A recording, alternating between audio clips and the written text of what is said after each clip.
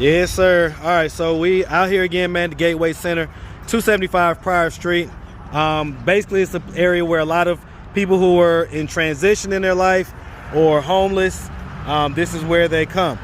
All right, so here we have, what's your name, brother? Karante Tinson. Karante? Either KT or Tay. KT. And so how old are you, brother? 24. Okay. So, man, tell me, what is it that has you at the age of 24 out here at the Gateway Center? I had previous use in drugs, methamphetamines, weed, that sort of thing. Just, being young, dabbling around in wrong things, thinking it was good for me. Okay, so let's start from the beginning. So, where are you from, man? I'm from Atlanta, Georgia. I'm actually from here. You from here? You a Grady baby or? Georgia Baptist baby. Okay, Georgia baby. Okay, so yeah, you from Atlanta. Okay. And so when it comes down to it, man, were you raised with like both your parents or just mom or just dad? I had both of my parents. My mother made sure that I always had food on the table and a father figure in my life. Okay.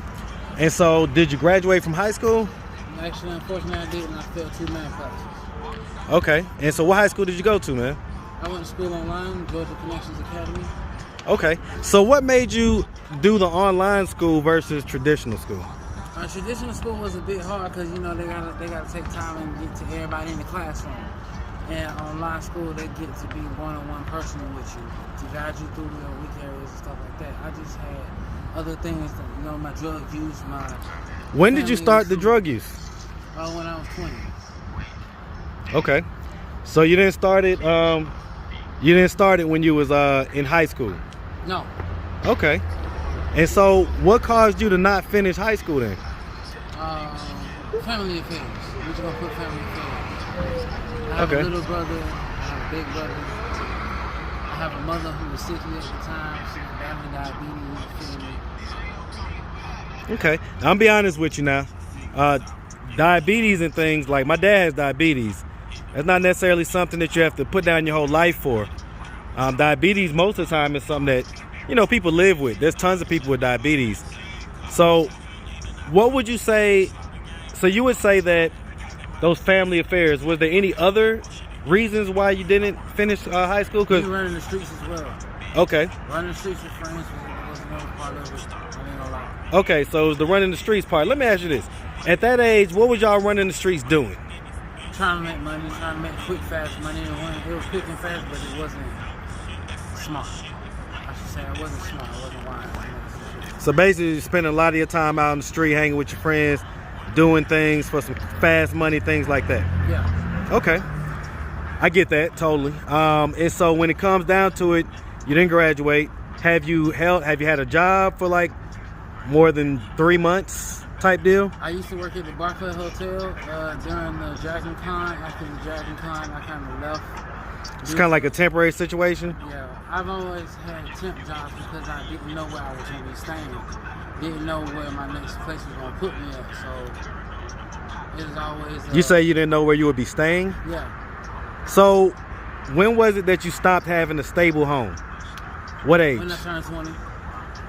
And so was I left my mother's house due to the fact my drug use, I didn't want to bring that shit home.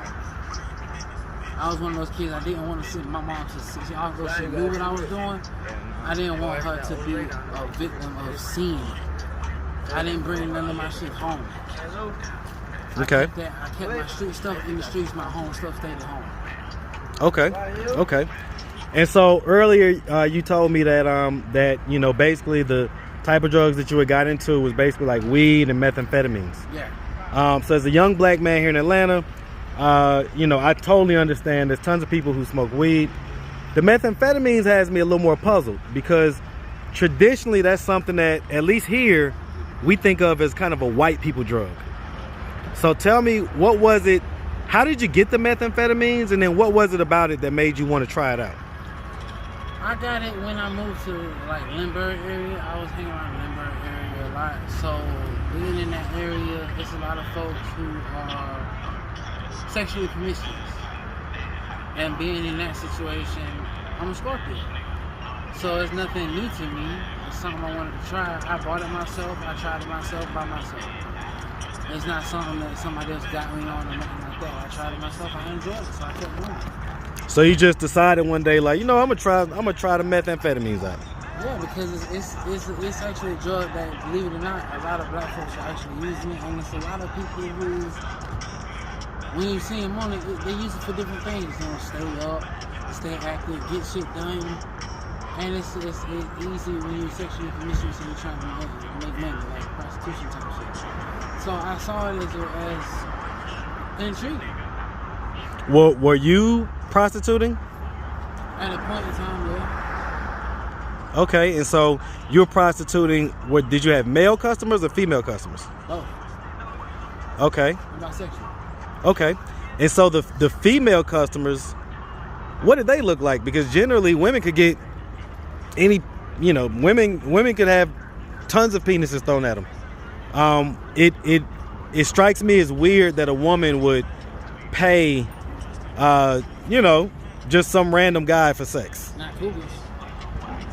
Okay. They were older, but they had money, a lot of it, but it was mostly at places like Tokyo, Valentino, Southern Nights. Okay, so there's places where these people already were going to for the sexual nature. Okay. And so, how long have you been bisexual? How long have you known that you've been bisexual? Since I was 15. Okay. How did you know that?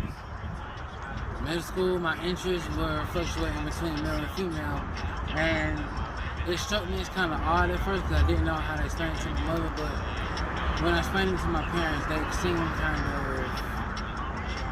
they weren't accepting, but they understood. They didn't judge me for it, but they weren't going to condone it. And how did you know? Did you know because of just your interest, or did you actually have sex with a male? Both. Okay. And so did that I guess contribute towards yep. Yeah. Was it because you were just trying to escape a reality, or was it because? No, it was because it made it more fun. It made it more pleasant.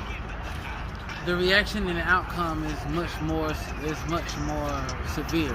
It's more Are you just talking about a bigger orgasm? Yeah. Everybody want to buy phones. Yeah, bigger orgasms, and the pleasure is much, you can feel it a lot more. During, before, after. Well, I guess some people would say that if you were truly into it, that you wouldn't need anything to get to that level. And I don't. So it just helped to enhance it. Yeah. Okay. And so what is it about the drug use specifically?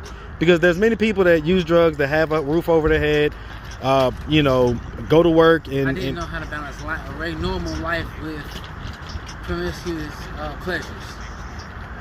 So the balance. I didn't know how to manage my money, prioritize my life skills. Would you say that's something that you still struggle with, or is that something that you're starting to get a handle over? I'm starting to get a handle over it. Yes, I still have a struggle with it because I'm not using it anymore. Okay.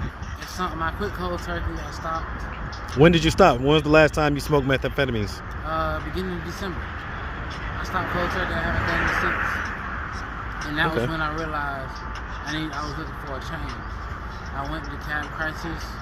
The cab crisis sent me here. And now I'm here. And I've been doing fine. I haven't smoked nothing but maybe a cigarette or cigar since I've been here. Okay. Let me ask you this, man. When you was, 11, 12 years old, did you think that 10 years, 12 years later, you would be here? No. 10, 11 years old, you thinking what I want to be when I grow up. What did you want to be? I am what I want to be. I want to be a poet. That's what I am. Okay. I can dig that. That dream I never let go of. I still write to this day. I'm published online 324 times. Awesome. And so let me ask you this. Have you ever had a girlfriend? Of course. Okay. Did she know that you was bisexual? Yeah. I keep that 100 with everybody. And she was good with that? Yeah, she was bisexual as well. Okay. I hear that. See, when you're online, a lot of women say that they would never date a bisexual guy because they basically consider that to be gay. That's their priority. That's their prerogative. I'm accepted for who I am because I don't try to hide who I am. Well, that's the best way to be, man. I tell people all the time, man, you can't run from your truth. Whatever your truth is, just stand in it. And those who are for you will be for you, and those who are not won't be. But at least then you don't have to stress about living a lie. Right. I can dig that, man. I can dig that. Well, listen, man, I tell you what, man, I appreciate you taking the time answering all these difficult questions. You definitely, you know, you're 24, man. That's what intrigued me, is that you're so young, you know. Generally, you know, I've been coming out here for almost 2 years now. And I can tell you that most of the people here in their 50s and 60s, and even if someone was in their 40s and 30s, I consider that to be young. But here you are. So let me ask you this. On the off chance that your mom or one of your father figures sees this, do you think it's a situation where they would want you to come back home? Or would they be okay with you being out here? If my parents could have me back home, they would more than likely would have had me back there already. But due to the fact that I have nieces and nephews and this COVID stuff coming around, it's not a chance that they were willing to take getting sick themselves because they're both high risk. And then they got kids, newborn babies at the house. Well, I mean, I guess the way I'm thinking is it's a new year coming up, and you... They'll be glad to visit anytime. Yeah, well, no, what I'm saying is that you purport to be clean now. Uh-huh. And so you're clean. So is it a situation, don't you think a mom would want to see her son kind of doing better and not at a homeless shelter? Of course. And so if she could help you out with that, don't you think that they would? Yeah. Or do you think no? They would help me out. They've been helping me out with this, even when I wasn't clean and sober. They've helped me out. I talk to my mother every day. Okay, so she's in touch. She's aware of your situation. She's just kind of allowing you to go through it. You know, my life. Right. I could dig it, man. I could dig it.